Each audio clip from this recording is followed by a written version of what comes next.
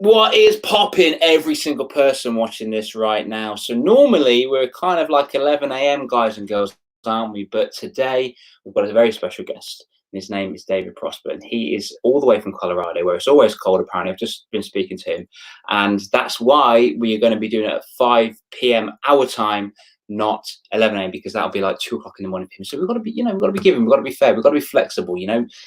What Darwin? It's not the strongest or the most intelligent that survive. It is the most adaptable. So let's just adapt. And let's give a nice warm welcome to this guy just here. What's going on, David? You good, man? Hey, what's going on? Dude, so we just caught it randomly. By the way, everybody watch this. We've never met apart from about 15 seconds ago. First time for everything. Yeah. Your first is the best, right? That's why I hear. That's why I hear the first is always the best. I think so. So, dude, you got a lot of hellos. You got a hello from Megan just there. You've got a hello from Kirsten, but that'll be Ewan, and Kieran actually both. There you go, Ewan and Kieran just here. So, what's going on here, dude? Is a lot of kids have to use their parents' accounts because they don't have Facebook. Okay. Yeah, but it's all safe. Their parents are on board as well. And this is not Hannah. This is actually Lily, and she says, "Hi, David," with a smiley face. There we go. Okay. Cool. So, dude, like, I'm just going to imagine that I was walking along the streets in Colorado, and I bumped into you, and I thought this guy looks pretty cool with his like epic hairstyle and his awesome beard. He looks very interesting. I'm going to say hello. I'm going to stop and say, "Hey, dude, what's going on?" I'd be like. So what is it that you do? I've read a little bit of your profile, dude, but what is it? How would I be able to how would you put David in a nutshell? Not that you'd ever want to do that. Yeah, I would never want to be in a nutshell or a box. But so what I am is an entrepreneur. First and foremost, I'm a child of God, and then I'm an entrepreneur. And I truly believe that we all have greatness inside of us, and we all have this purpose and all of these potentials. And we have to exercise it, because when we let our own light shine, we unconsciously give others the permission to let their light shine and to be great. So who am I? I'm great. And I inspire others to be great. Dude, that's cool. A lot of people kind of flake around on that question. Who am I? And it's like, I think it's the most important question. Mm-hmm. I really do, because it's your identity, isn't it? It's like, how are you showing up in the world? Yeah. And it's just, who am I? I've never ever heard that expression before. If I was to say, "Who are you?" and you say, "Who am I?" I'm great. I'm like, I've never heard that before. That's actually quite revolutionary. Yeah, and I think because I've had this conversation with a lot of friends, and when I say that out loud, right, they're just like, "Oh, you're a little too cocky. You're a little too conceited. Yeah. It sounds arrogant." But the interesting thing about it is when someone else compliments us, right? If you were to say, "Hey, David, you're great," I'm going to say thank you. But if I say it, it's looked at as a negative. But I truly believe that self-esteem is increased when we believe in ourselves. And if we can believe in ourselves, it's not to say I don't believe in you. Like, if I can see that I'm great, then that's going to be the lens in which how I see you. So if I feel that I'm great, I believe that there's greatness inside of you too. So I think our world lives in this, let's be modest, or let's talk less about ourselves. But I truly believe when we step into who we are, our identity, we believe who God says we are. And if he's great, then we're great. And then the people around us can be great too. So that's just my thoughts. I know there's just a rabbit trail, but I've always been thinking about that. You've hit so many nails on the head just there. I completely agree. I don't know where to start with that conversation, David. I really don't. I'm flummoxed, but it's true. It is so true. And I think if I was to switch that on its head, if you see greatness in you first, then you can see greatness in other people. If I was to go like that and turn it around and think, well, someone's being mean to you, or someone's being quite cruel to you. If I say this to my clients, to the children, if they're suffering from bullying, I just say, well, hurts people. Yeah. So why would you want to give them permission to dictate your very essence, or control your very essence, your emotions? Yeah. Do you know what I mean? Yes. So powerful. Yeah. Yeah, and it's really cool as well. I do want to touch on God as well, because that's something I'm interested in. Because I don't really.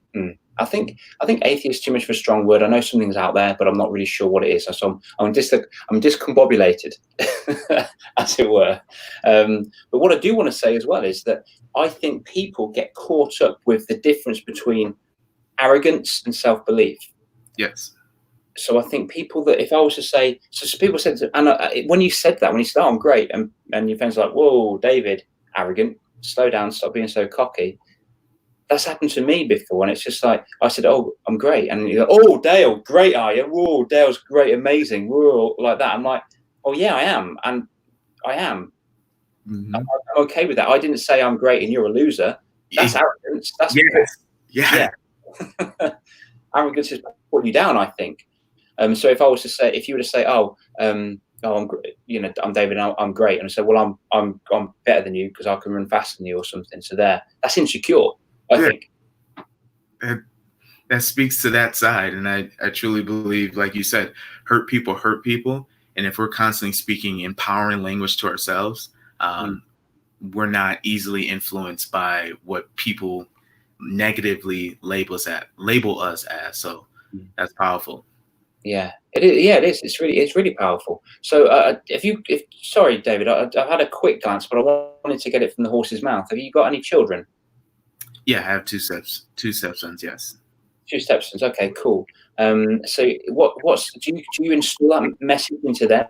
So, believe in yourself. Don't, just because other people don't take that on board. Is that a life lesson of yours? Yes. The oldest right now is 14. And when I would have conversation with him and say, all right, we would talk about greatness and we talk about belief. And he would say, I'm smart.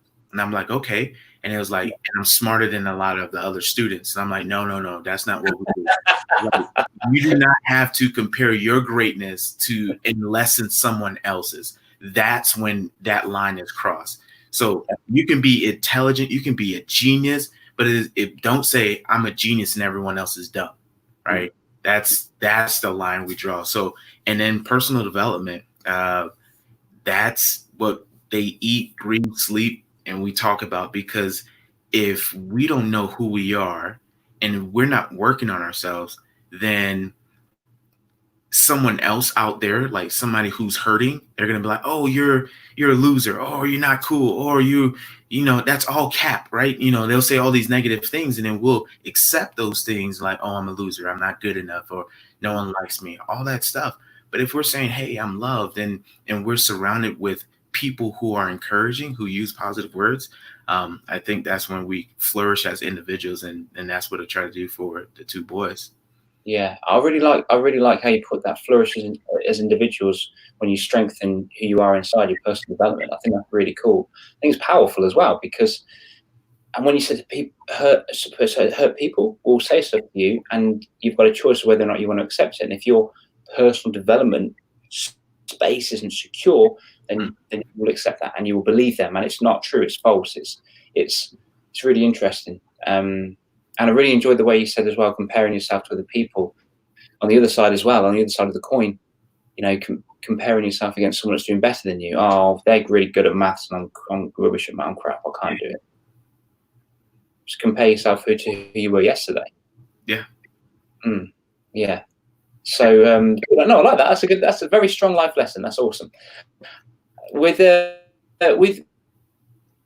you and your journey, I don't want to go back too far, but in regard to, I've always wanted to go on a TEDx talk. Always. Well, I say always, in the past probably 3 years, when I first started getting into this space, because I just think it's just like a really cool goal of mine. And if you worked there, is that what you've done in Colorado? The TEDx in Colorado? Yeah. Yeah. I ended up doing it in Colorado. I didn't catch that. Was it good fun? Yeah, it was life-changing. There's a picture that I'm gonna post on social media, is a little kid version of me when I was about like 10 years old. And it's just like, he's just dreaming, right? The young David. And then I have another picture of being on a TEDx stage. I'm just like, dreams are possible, because since I was a little kid, I grew up on TED, and I would listen to all these people, and I'm like, man, I would love to have an idea worth sharing, and it was just an incredible experience. Yeah, that's cool. So I love TED Talks, I really do. I've got my top 3 inside my head right now. What would you say your favorite one is, or top 3 would you say, if you've ever thought about it? I would say my top 36 Questions to Fall in Love. Okay. That's a good one. Yeah. It was the science. Brene Brown, Vulnerability, love it. And then Simon Sinek, Starting with Why, when he talked about Apple. Yeah, that's really, really, really cool. I do love that. I think mine would be, have you managed to catch Sir Ken Robinson's talk? No, I haven't. Oh, wow. Very powerful about the education system. Very, very powerful. He's a linguistic genius. Absolutely. He lives in LA now. He's an English chap. He lives in LA now. Just brilliant. Dr. Ivan, who was talking about confidence, that was really cool. Okay. And who else? I did like Mel Robbins' talk about, we're all miracles. The chance of being here is 1 in 400 trillion. Wow, I have to check those out. Yeah, I'll have to check. I'm going to rewatch this and put it back in. By the way, if anyone in the chat caught that, can you write all down, Davis, please? Because I need to check them out. Thank you very much. Awesome. So, is that something what steps you put in place right now to be able to succeed at that? It starts a belief, right? It sounds like a cliche. It's like, you have to believe it before you see it, but it's so true. Mm-hmm. And the entire process, I was like, I'm going to get this. Mm-hmm. Like, I was so convicted at that time, just like, I'm going to get this. And we did the auditions, and, it was supposed to be 3 minutes, but I gave them the best 90 seconds of their lives. And we moved along the process, and they were just like, yes. What we did here was very unorthodox. I got to see all the other speakers audition, and we actually voted on other speakers to get through. So it's very unorthodox. So I seen who the competitors were, like, oh, they have a good speech, but mine's a little bit better. And and the comparison, right? I'm competitive, but healthy. And I started seeing all of these talks, and, when people get on the stage, they just speak, right? And I was like, how can I use this platform to give them an experience that they'll never have? And I decided to write my entire speech in a form of poetry. So in the beginning, it's spoken word, and then I sing, and then I go into the story, and then I sing, and then go back to spoken word.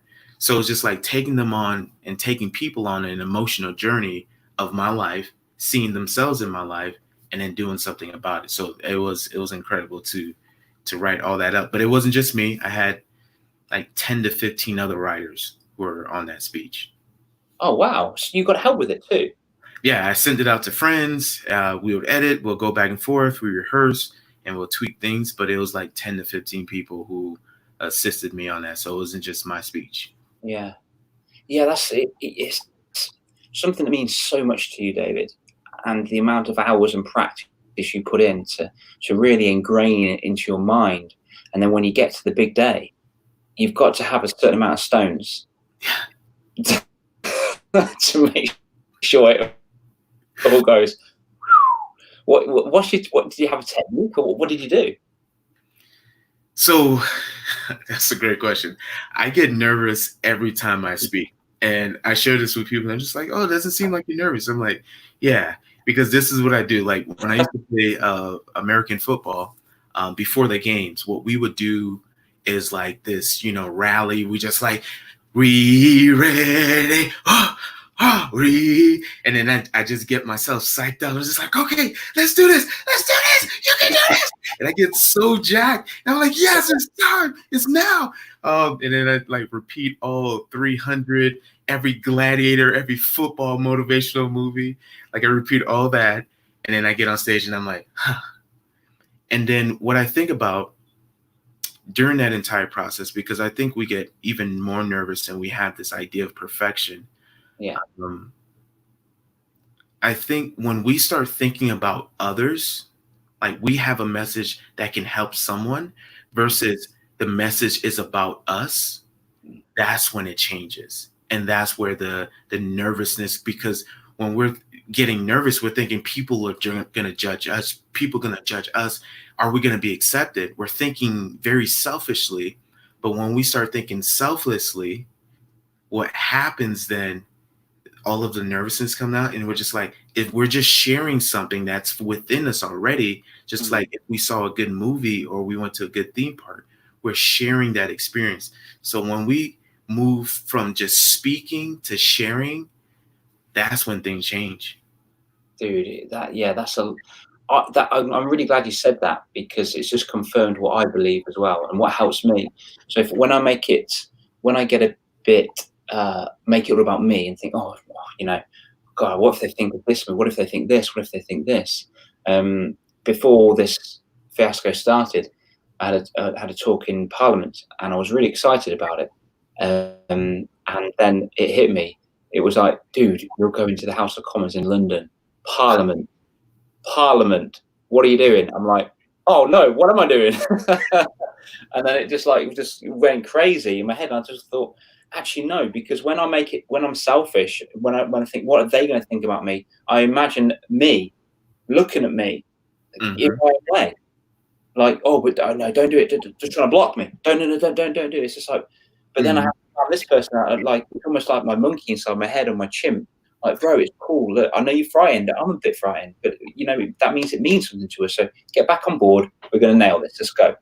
And I've got like a little mantra inside my head as well that I just incorporate before I go ahead and do my talk. But that's really, I'm glad you said that. We as speakers, we are here to serve the audience. We're going to give to them. And it's their choice if they want to accept it or not. We've got to allow that to happen. It's very selfish if we were like, no, what do they think about me? No. Yes. Get out your own way, dude. Yes, it's such a powerful thing. Wow, lots of laughs. Lots of laughs, just there. Lots of laughs. Oh, someone's chimp is called Dave just there. Well, it's very close to David, so what we've been doing with this group, David, is we've been finding out our inner chimp. So my chimp is called Bananas, and that's when I'm very emotional. But Bananas comes out. We've got someone else who's called Peanuts as well. Someone else is called Bob. Bob the chimp, and Lily's chimp is called Dave. Cool. All right, let's get Megan. Megan, what's your chimp called? I haven't done your chimp yet, have I? Megan, put your chimp up in a second. But no, that's brilliant. That's really cool, and it's using all the quotes and the movies and stuff. That's a really cool idea. I think I might do something like that. Yeah.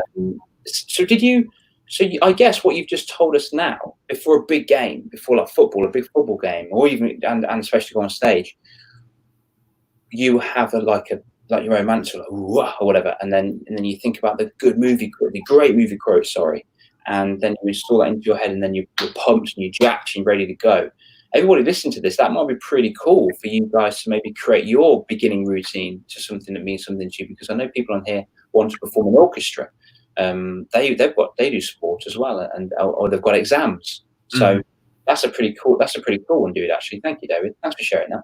Yeah, no, not a problem. I've always learned that from football, and I know like Tony Robbins talk about like incantation and like really getting into it, and and the spiritual world is like prayer. But I think it's deeper than just saying, hey, I can do this. It's physically feeling it and getting our body in the motion, because motion creates emotion. And if we're constantly moving and we believe it, then we exude that confidence. Because when people say like, oh, you're confident, it's like, because it's an entire aura, so just getting that place into a healthy place is still it's really cool. It's crazy. It really is. I would not say that I am 100% confident. And I think that's confidence in itself for me to admit that vulnerability. Because I call myself a confidence coach. So if I was to say, I'm 100% confident, in a way, is it arrogant? Is it self-belief? I don't really know. But I always believe in myself, 100%. I 100% believe in myself. Whatever it is, I'll do the best I can with what I have available. to make somebody else shine or to make myself shine. But I wouldn't say I'm 100% confident. There was this, I was speaking to a chap before, and he was a model, and he went on stage, and they were just going to do like a model run and stuff. And he was saying that this one model went on stage, and everyone, like there were 50 people there, everyone was gasped by him. There was nothing special about him visually. He didn't have he wasn't and ripped and like chiseled like a god or whatever. It wasn't anything like that. But you could just, like you just said, you just exude that aura, that confidence, and it's just like I'm still. There are times when I have nailed that, absolutely nailed that, and I always, whenever I do this all the time, whenever I walk through a door, that's how I walk through life.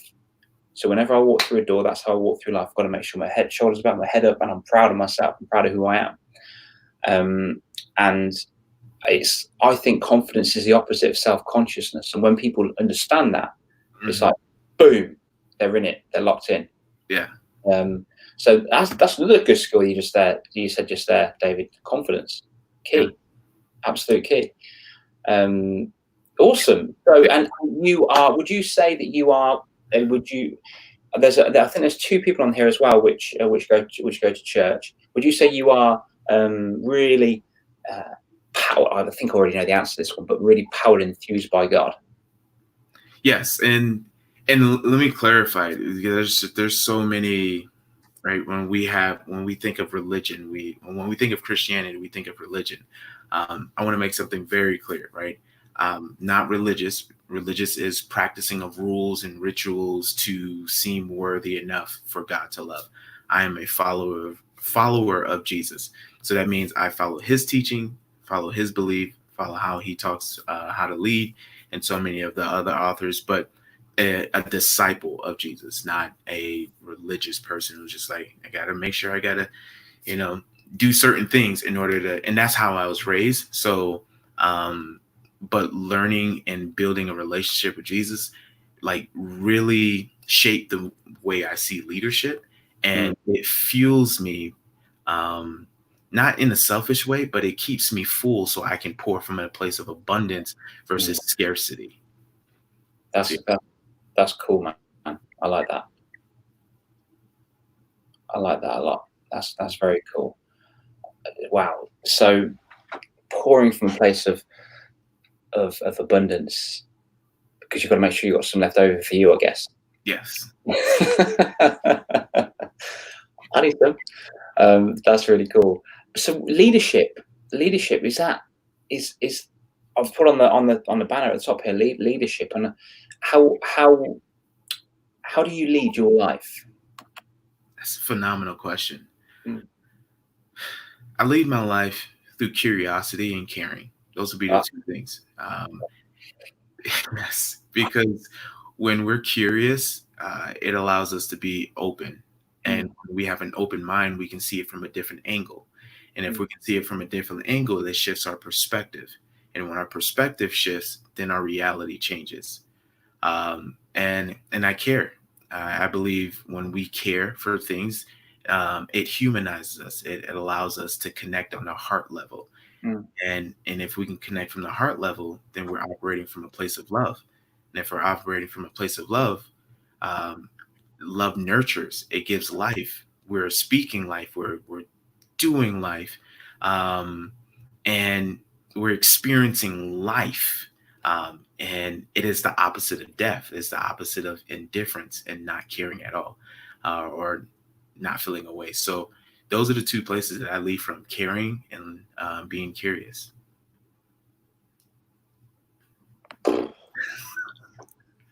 I feel like we're the same person. That's exactly what I was saying. Not that word for word. I am going to plagiarize that, by the way, because that was absolutely beautiful. It's okay. It's free content. Abundance. Yeah, it was. That was fantastic. But I completely agree. Why walk on this planet without any form of curiosity? I don't understand. So I saw a rainbow, and if I'm with friends, I'm like, how cool is that? There's a rainbow. There's a rainbow in the sky, and it's got all those beautiful colors. What? How is it? Yes. don't get it. I just don't get it. I mean, I do get it because the science tells us that the raindrops is born and the sun's light rays are going through and it separates the light. I get that, but Yeah. I don't get it. I think that's so amazing. Like the curiosity space.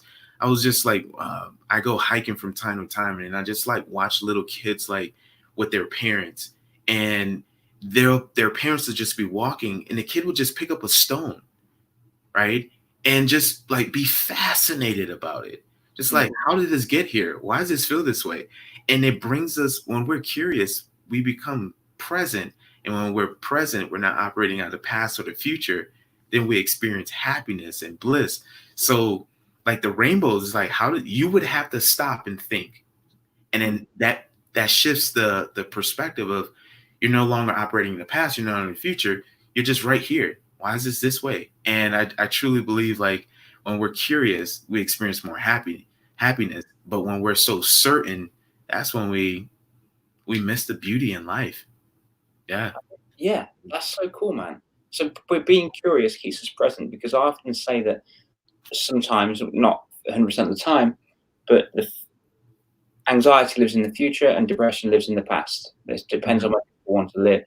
But the real area to live is the now. Is the present. Is the present, because that's where happiness lives. So yeah, that's brilliant. Yeah, I like the way you've said that. It's true. Curiosity keeps you present. Yeah. Well, in the famous teachings of Master Ugwe, that that the past is history, the future is a mystery, but today is a gift. That's why they call it the present. Just yeah, Master Ugwe, he's so clever. That guy from Kung Fu Panda. He's got a point. They have the best references, best one-liners. I base all of my teachings on Kung Fu Panda. Yeah, cool. Love it, man. Absolutely love it. So in regard to and I think as well, leadership. Leadership's brilliant. The way to leadership and being curious. I like that. For a kid, I know this is probably different to your teachings per se, but if you were talking to an 11-year-old who needed to hear about leadership, let's say he's being bullied, or he's living for someone else's dreams, or is curious but is being blocked by someone, he needs to hear something from David about leadership in his language. This is a bit of an out there question, and I haven't prepared you for it, so forgive me. Yeah, no, it's okay. What might you say?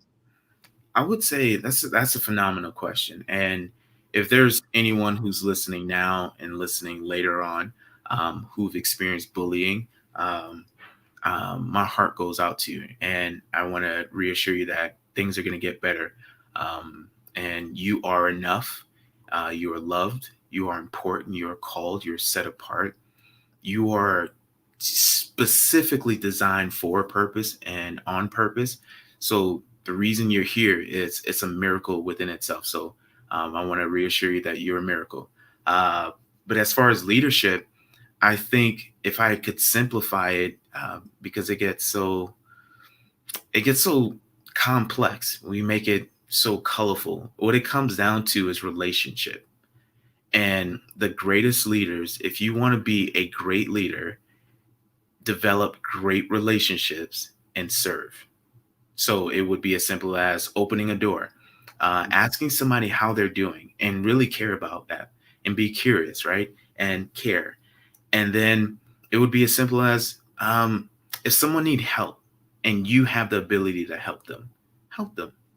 And that's what leadership is. It's relationship that serves and thinks of others more than we think of ourselves. That's powerful. Because if we revert to the beginning of the conversation, and you were saying you were giving from a place of love, this whole journey we're on right now, this whole life, all ties together nicely. Yeah. Because it comes from you. It's the love comes from you, and yeah, that's cool. So I really appreciate you saying the phenomenal questions David, I really appreciate that, but they're nothing compared to the questions from the kids. So what I've done is I'm going to get a few of them on, if that's okay. That's great. Cool. So the first one we've got a chap called Kieran. Kieran, I hope you're ready with a really cool question, buddy. I'm going to get you on. Oh, and Ewan. We've got Kieran and Ewan. This is a treat. 2 for the price of 1, David. All right. I won't get one free. Hello. What's up? Well, I will get have one. a question actually. Nor do I. You don't have a question? How does talking to people, helping them, make you feel? How do you know that you're helping people? How does it make you feel helping people? How does it make you feel helping people? Yeah. Yeah. You, David. Okay. It makes me feel amazing because it makes me feel amazing because I know that it's like what's your name? Kieran, that's Kieran, that is, buddy. Kieran. Okay. It's like I'm Kieran. hey Kieran. It's like you ever eat a bowl of popcorn? Oh, we have another one. You ever eat a bowl of popcorn? I love popcorn. Yes. And when you have like a big bowl, do you share it with your brother? I can't hear you. Pretty much the whole family. It gets stuck in my teeth though all the time. So you share it with the whole family and it gets stuck in your teeth. But you just said it. You share with the whole family. Now everybody has it. So when we serve others, it's like sharing popcorn. And you enjoy it, your family enjoys it, and it gets stuck in your teeth. So it makes me feel that way. Cool. Thank you. You're welcome. Thank you for the great question. Yeah, that's a cool question and a cool answer, actually. Cheers, chaps. Okay, Lily. Hey, Lily. Do you want to unmute yourself? Have I muted you? Sorry, there you go. Hi. Hello. Do you have a question?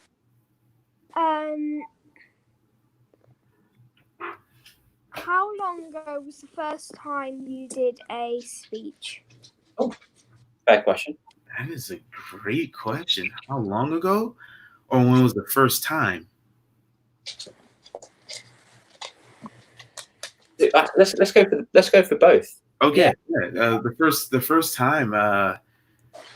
first time I gave a speech is when I was 12 years old.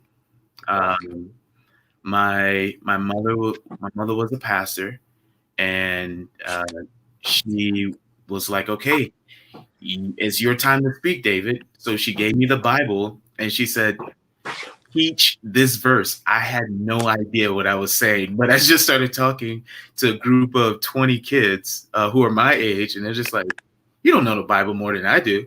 But I was 12, 13, and I taught this one verse that I had no idea about. And recently, when was the last speech I had? Oh, I get to see myself in like all of them. Yeah. The last speech I had, it was last year. Last year, I was in Mississippi right before I went to TEDx and spoke. So I was in the great state of Mississippi, down south. And but yeah, the first time I spoke when I was like 12, 13 years old. Whoa. That must have been a massive stretch of the comfort zone. Speaking to people is your age. Yeah, I was sweating. I think I may have farted. But I was sweating, and my mom was just looking, and I know my mom is a great speaker, and I was just like, it's just a little fart, not a big fart, a little fart. No one heard it. So yeah, I was nervous. That's you've done it for me. That's my new technique. I'm gonna have a cheeky fart. Yeah. Before I go on stage, cheeky fart. There you go. Every time. That's been great questions. Cheers, kids. Appreciate that. I'm going to get you down here for 2 seconds, and I'm going to ask one question. This is my last one, buddy. I'm not really sure of any of the adversity that you've been through in your life from any age. I'm not sure. I haven't asked that. I haven't asked permission first, so that's why I haven't. But what would you say? If you could pick an age which may have been your toughest years? So it could have been 18 or 5 or 7. I don't know. What your toughest year? What might your today self say if he could travel back in time and see younger you, and he was having a real tough time, what might you say to install in him that he's going to make an impact in this world? That is such a thought-provoking question. I went there. I think about it, and as I mentioned before, the picture of the little kid, little David, and then looking at Big David on a TEDx stage, I would tell younger David, especially in his teenage years, that's when I had the lowest self-esteem during that time. I didn't believe in myself. I had a lot of thoughts of suicide during that time because we faced homelessness and I was getting bullied. So I didn't feel like I was worthy. And that, like, from 9th grade to senior year, 9th to 12th grade, I was experiencing those things. And I would tell that David that things are going to get better. And your future is not your present. Like, what you're currently going through is not going to be forever. Your current situation is not your final destination. And continue believing in yourself, continue working hard, continue to surround yourself with positive, life-giving, loving people. These are your true friends, the ones who believe in you and speak to you, the ones that you have to prove yourself worthy. They're not your friends. I would say that to, I'm getting emotional, but I would say that to the young David, like, you do not have to prove yourself to someone who already loves you. And if you have to prove yourself to someone, that means they don't love you. They're trying to validate your worth, and you are more worthy than trying to prove that you are good enough. So that would be the message. Dude, that's very powerful. You made me fidget in my seat. Wow, that's really cool. I'm not gonna say anything about that. That's a very powerful moment. Thank you. Thank you. Thank you for giving me that opportunity. The pleasure was all mine. And here is a question from Megan. Do you see yourself as your kid's biggest role model? Okay. That's a great question. My wife had asked about that. We were sitting around the dinner table, and she asked the kids, who's your role model? And they said me. And the reason why is because I teach them stuff, and I believe in structure, and I truly believe when we have structure, it allows us to have more success. The lack of structure leads to destruction. So they feel more structured and they feel more certain. So they've said it, and that's one of the highest compliments I've had. One of the highest, yeah. That's amazing. Great, Megan. That's a great question. Thank you for sharing that with us. Wow, role model for because you take your stepdad, but dad, kind of. So that's cool. There's a lot of dads and mums, I guess, stepmums that battle with that element. But the very fact that you're there listening to them, I mean, I think 90% of being a good dad, whatever label you put on it, is just showing up and listening, and just shutting up. That's it. Being curious and caring. Yeah, curious and caring. Love it. Mm-hmm. Look, CC. Let's get some 50 cc's of caring and curiosity. Yeah. C squared. C squared. I think we find your next TEDx talk. Perfect. Yep. That is awesome. Yeah, dude. If you got any questions or anything you want to ping over to the kids, or I feel like we hammered you. Yeah. What age range is this? Say that again. Sorry, mate. What age range is this group? Oh, so we've got one on here that is 18, and the rest range between 9 and 12, I believe.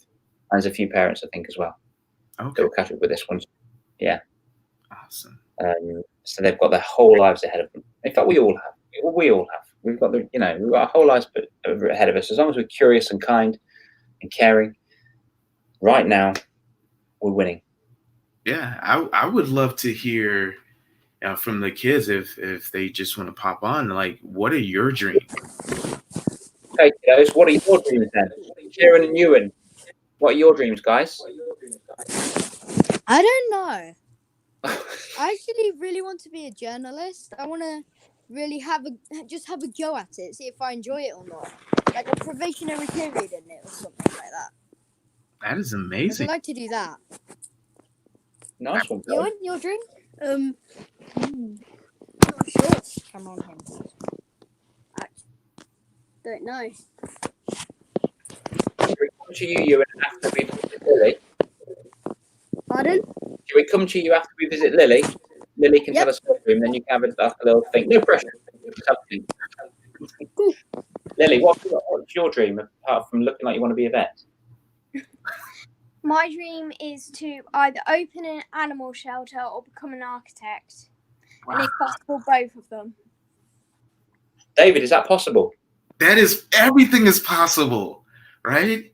Everything is possible if you believe, if you apply, and if you persist. Anything is possible. I love that idea. Oh my gosh. That's kind. That's super caring. An animal shelter. Yeah. I love that. And an architect. There's two me's. There's two David. That's Ewan, are you there, buddy? Have you thought of one just yet? What dream? It could be anything you want. No, still not yet. The more Well, what sporadic. do you really want to do then? What do you really want to do? That's basically a dream. Yeah. I don't know.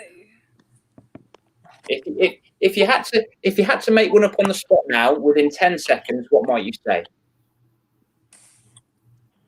It really wants to eat ice cream.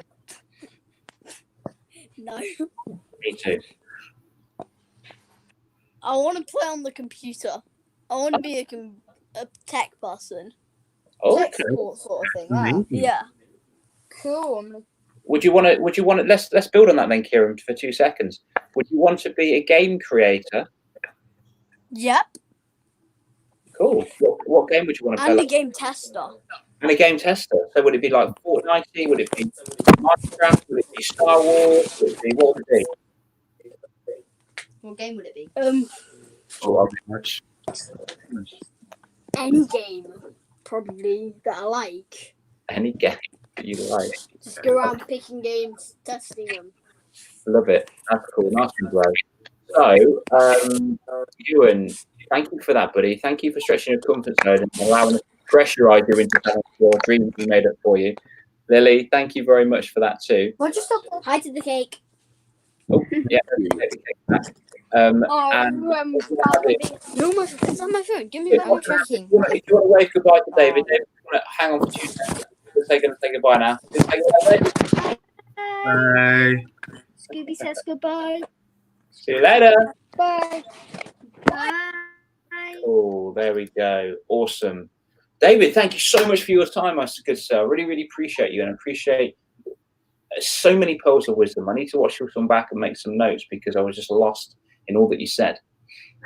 Thank you for having me, Dale. I really appreciate this, and I pray and hope that this can encourage one life, if not many, and it speaks to somebody. But thank you for all that you do for the youth, for our next generation, because they are the future, and what you're pouring into them, confidence, will change the world. Like, so you're in the middle, you're leading the way to change the world through our youth. So I commend you on what you're doing. Cheers, bro. Thanks, my man. I appreciate that. It was so lovely to meet you at last. Yeah. And I don't think this is going to be the last time we cross paths. So have a blessed day. Karen being awesome. Yes, you as well. Peace out.